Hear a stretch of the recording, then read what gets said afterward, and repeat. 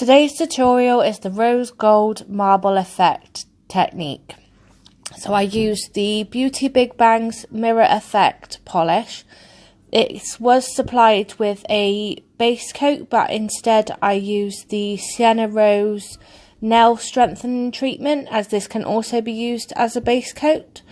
So I applied 2 coats of this mirror effect polish and then waited for it to dry. And then with the Born Pretty Stores liquid latex, I apply this around my cuticle and finger. With the technique we're going to be doing, which is the water spotting, it does get quite messy, so I apply the liquid latex further down my finger and around the back. I know it looks quite excessive, but it does save on the cleanup, which is obviously a bonus. So for the water spotting technique, you will need a tub with some room temperature water, which you will see now, and then drop your nail polish into the water. As you can see, it disperses, and then with some acetone and a fan brush, flick the acetone into the water, and as you can see, it sort of makes the polish disperse.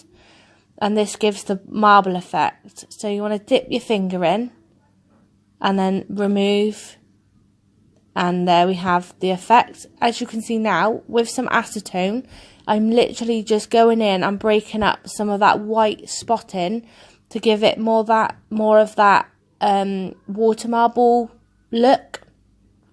So literally just dab on a little bit of acetone and then soak it back off, and it leaves you with a really cool effect. And then with a gold polish I went in and basically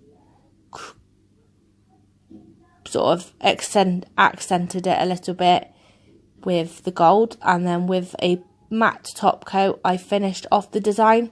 I didn't like it with a matte top coat, so then I applied a